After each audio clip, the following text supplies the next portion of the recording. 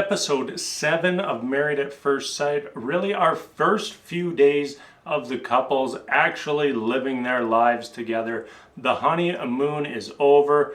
We didn't get too deep into anything this week, but definitely some interesting things happened, and I'm sure we're probably going to ramble about it for about 20 minutes here. So let's not waste any time. Let's jump into the couples. Let's just start with Stasha and Nate.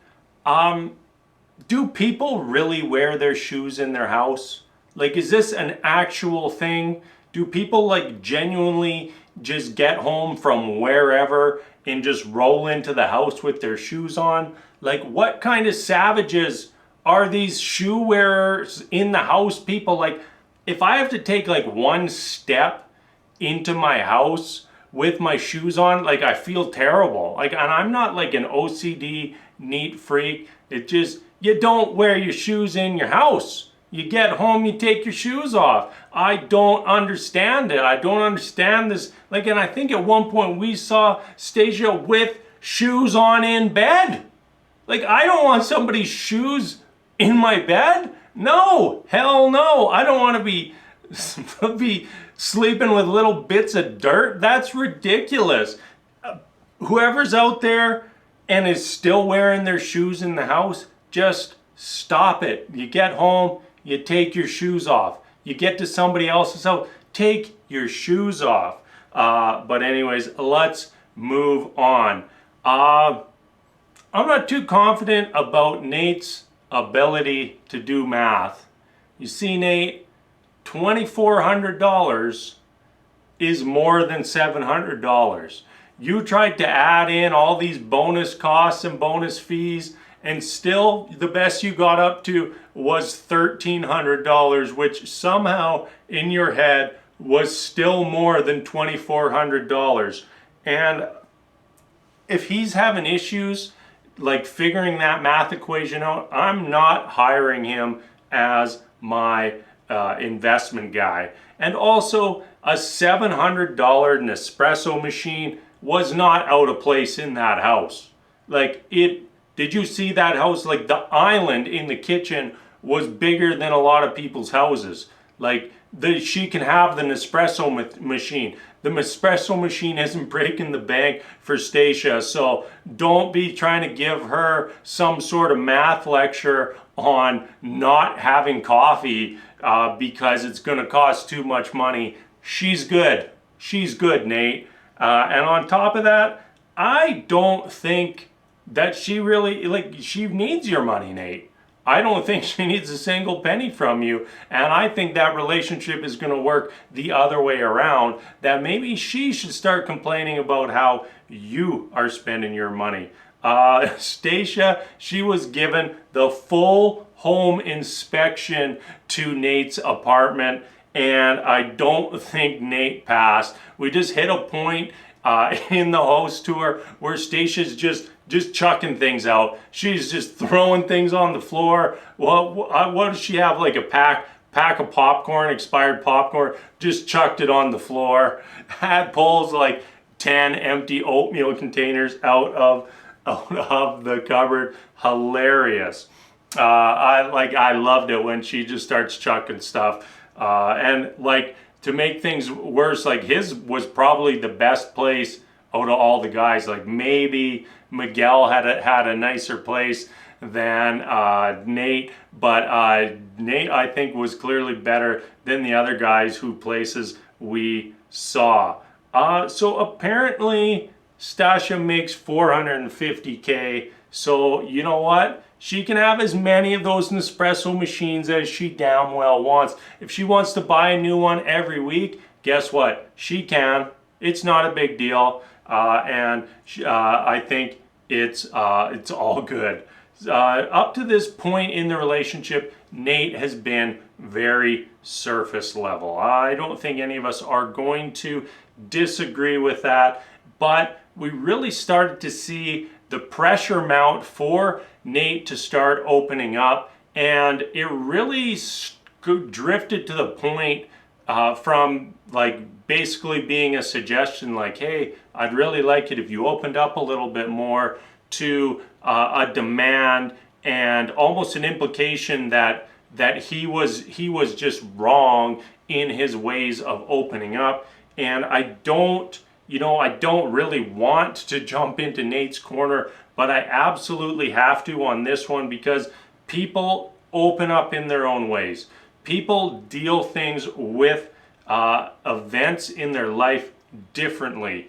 And Stasha was really trying to make it seem like she wants him to feel the exact way that she does about similar things they've experienced. And that's just not how life works. Like, yeah, you can start to get frustrated that Nate is not opening up, but you just letting him know that you want him to open up more is all you need to do. You know, if we were, say, a month and a half into this and Nate was still giving surface level, then okay, we got a major issue. But right now, just let him know that you want to know him better, you want to know him deeper, and that should be good enough. One last thing, seems like Stasha wants to wait until they fall in love before having sex, which was very, very bizarre to me. Oh no, I had one more point. So Pastor Cal comes in, asks them both, like, what are your goals for the marriage? You know, it wasn't there was like no mention of like becoming best friends, falling deeply, madly in love, being happy. You know, it was all like money and numbers oriented. So kind of tells me that both of them aren't really coming from a place or like have expectations for a successful marriage, which seems like a red flag on both sides, if you ask me. All right, enough about them. Let's jump over. I got my next notes on Morgan and Ben, so we're talking about them. I've just got it in my head that these two are not going to make it to decision day. I just have that permanently fixed in my brain now, and I'm having trouble paying attention when they're on screen. Let's just be perfectly honest. Like, I've checked out on these two already. You know, they did not hold my attention very long this season. I mean, what are we, about halfway through, and I've been done with them for about 2 weeks, and they started late. So that's not very good. One thing we did learn today was Ben has a very serious phobia of electricity. He doesn't like lights on, he doesn't want TVs on, he doesn't want gaming consoles on, he doesn't want coffee machines on, none of it. No electricity, shut it all down, live your life in the dark. The cat. Ben starts talking about cats, and I didn't understand a single word that was coming out of his mouth. Like, he was talking about, like, do cats pee every hour? Do you sync up your peeing with the cat? And then he goes to pet the cat. It was like the most awkward thing ever. At one point, he just fully just jabs a finger into the cat's ear. Just beyond awkward. Like, it must be the first time he's ever even seen a cat. But I mean, I guess if you've never turned a light on your entire life, there's probably lots of things that you've never seen. Morgan, she is just not the type of person who knows the word forgiveness. She is just holding on to this really misunderstanding from the honeymoon, where Ben thought that Morgan wasn't actually a nurse, went and told Justin, Justin told Alexis, and then it came back to Morgan, and you know, from Morgan's eyes, Ben broke her trust, when really Ben didn't understand what she was saying, which to me says that she didn't explain fully what she was saying. And you know, that's, in my opinion, that's a mistake on both sides. Like, Like, yeah, Ben probably should have talked to Morgan a little bit more before going to Justin, but I don't think there's anything all that wrong with going and talking to your friends when you have an issue, especially if you're not comfortable talking about that with this person that you met like 3 days prior. But seems like Morgan is going to hold on to this, and I don't think ever going to let go. Ben is also going to go Google intimacy, and I really just think that's an excuse for him to go and watch some porn. Next up, we have Kristin and Mitch. At some point here, I feel like Mitch finally found the right medication to level him out, and now like it's just smooth sailing. Like he's gone from being a person of extremes to just a slightly weird normal person. I don't think that Kristin was too blown away by Mitch's home. Bachelor pad. My wife was teasing me a little bit by saying, like, if I lived on my own, that is what my place would look like. And I couldn't really argue because she is probably right. Another highlight for them was your dog is just so much breathing. That might have been Mitch's best line of the season. And like you think about the trajectory of these two, they went from season headliner to the boring couple real quick. You know, they're just kind of smooth sailing from here on out. And from what we saw on the long season preview, they might just be the quiet, boring couple for the rest of the season. Got rid of all the excitement in those first few episodes, and now they're just good.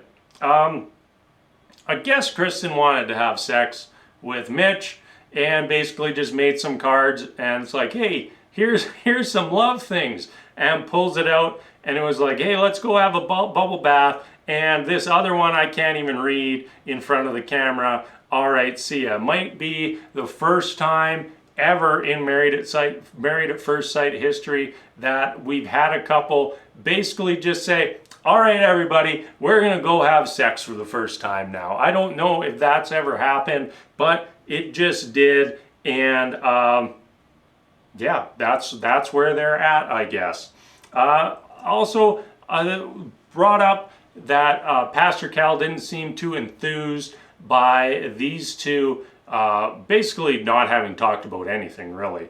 But not having talked about past the 8 weeks yet. And with how rough things were just like a few days ago between them, I don't think that is unreasonable at all. You know, they kept talking about day by day, and right now I think that is the absolute best approach for them, and it's very clearly working for them. You know, once they build that up, then start thinking about decision days, start thinking about down the road. I totally get it, like them not really having deep conversations about finances and kids, and you know, Pastor Cal kind of forced them into those, and they both seemed pretty cool with what the other person was saying in those regards, and I think that's all right for them. And then Pastor Cal, make sure I'm still in the right section here.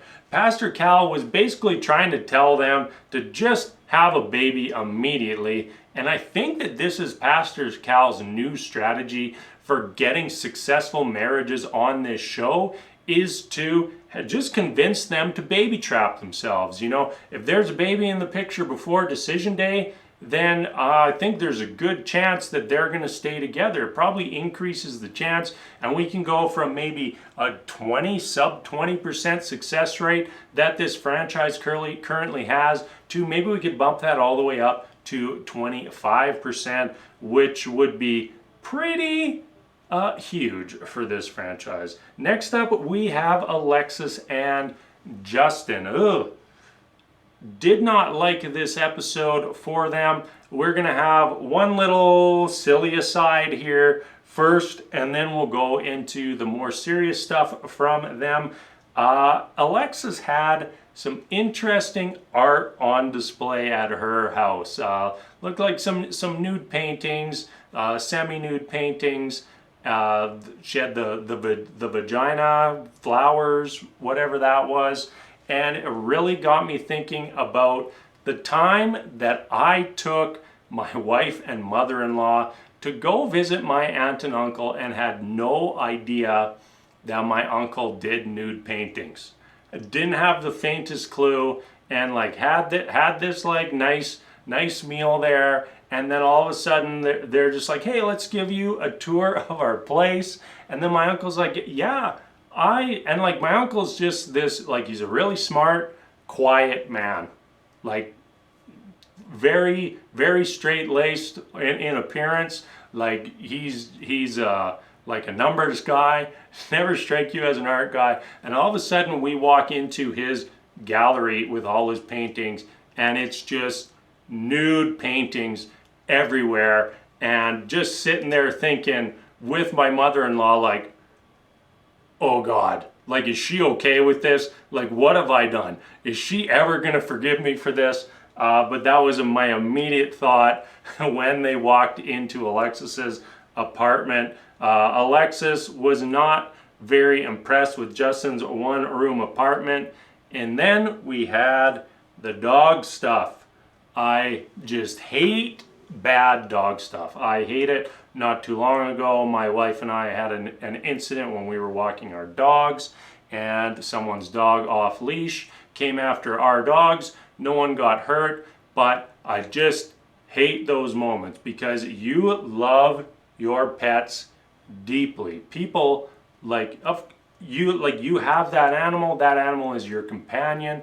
You know, that animal is there for you through thick and thin. You love your animals, and when bad things happen, it's hard to get over. It very much is. And I think that this situation that they were in was 100% avoidable. You know, it was Justin's dog was clearly not happy with Alexis's dog. We could see that immediately. Like, they were blatantly getting camera shots of Maya growling at Newton. And not just once. It's not like we just kept having one repeated shot. Like, it kept happening over and over and over. And, you know, a bad pet interaction this early in a relationship, like, if they weren't married, that relationship is done. There's no coming back from that. You know, somebody's dog hurts your dog, that's over. Like, it doesn't matter if you're star-crossed lovers or whatever. That happens. Your loyalty is to that pet. And I totally understand, you know, the feelings from both sides being so deep, and, you know, both sides being so hurt. And, you know, a lot of people are probably going to want to blame Maya and blame Justin for this, but we could all see what was happening there. Why the hell did Alexis just let Newton run loose in that apartment? You know, if that's my animal and it's my situation, not a chance. You know, I don't want to see an animal hurt, especially not in a violent manner. Not a chance. I think both sides were very much to blame here. Neither side should have ever let their animal in that situation. As soon as there were those red flags that it wasn't going to work, you know, we should have been moving on to look for different solutions. You know, at least have them sniff through a cage door or something so you can see how they're gonna react. At least do that safely.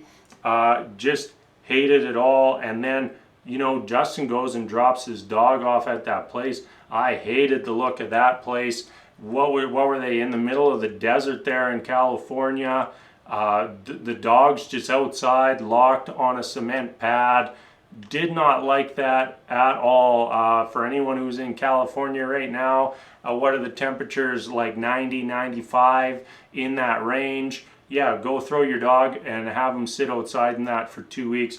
Did not like that at all whatsoever. And then after the incident, Alexis and Justin really went MIA for a long time in the episode. There was pretty much like an hour gap between the dog incident and them sitting down with Pastor Cal.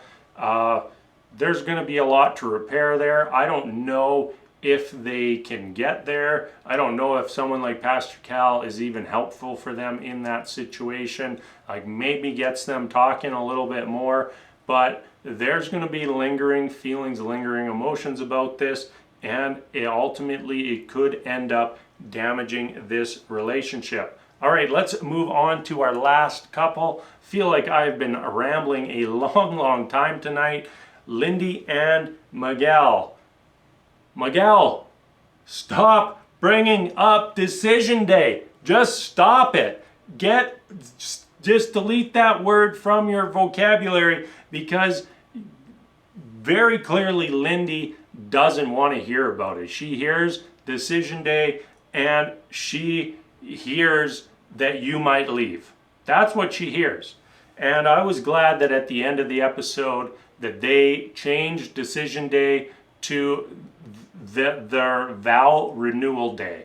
You know, that is what's going to work for them. You know, we've seen that Lindsey gets a little heightened in some situations, and just that little bit of reassurance, that hand being extended out to her, that is what she needs to just rein that back in. We've seen that right from day one. It even seemed like Miguel was starting to do that with her, and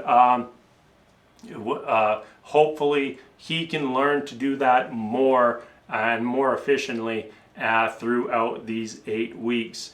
Lindsey was absolutely crushing the "that's nice, dear" when Miguel was showing off his Dungeons and Dragons stuff. You know, I know that face.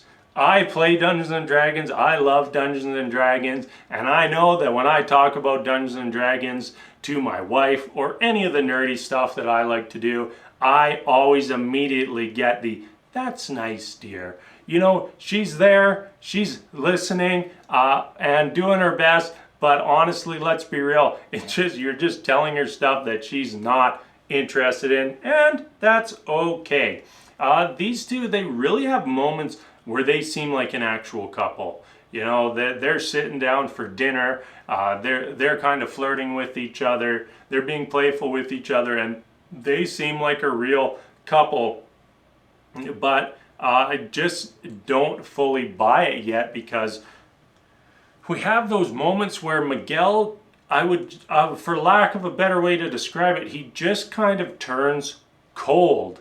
You can see it. You know, he kind of comes at things from the negative, and Lindsey really spirals from the negative, and it's a really bad combo. Like, if he's going to approach things from half glass empty, and Lindsey starts to panic when that glass gets half empty, then that's a really bad mix. One of them needs to alter their behavior, or maybe some sort of compromise in there if they want to be successful, because long term, you know, it's hard if one half of a relationship is constantly triggering the other half of the relationship. You know, that is just going to cause long-term conflict after conflict after conflict, and ultimately probably lead to a divorce. Hopefully that's not what's going to happen with Lindsey and Miguel, but seems like we're potentially setting up for that. Lindsey doesn't want to know when Miguel is pulling away, and I don't think Lindsey really understands what she's asking him. You know, basically asking him to shut down and turn off his emotions, which is not something you should be asking of another person. You know, people bottle up emotions all the time, and if they don't have a proper way to release that, then things are going to end badly, and this relationship is no different. All right, let's end things right there. This is probably like a 7-hour long video. You know, I rambled longer than the whole show was tonight, but whatever, it happens. Let's end this thing. As always, everybody, I really need to get a better line to end these things. So you know what? I'm out.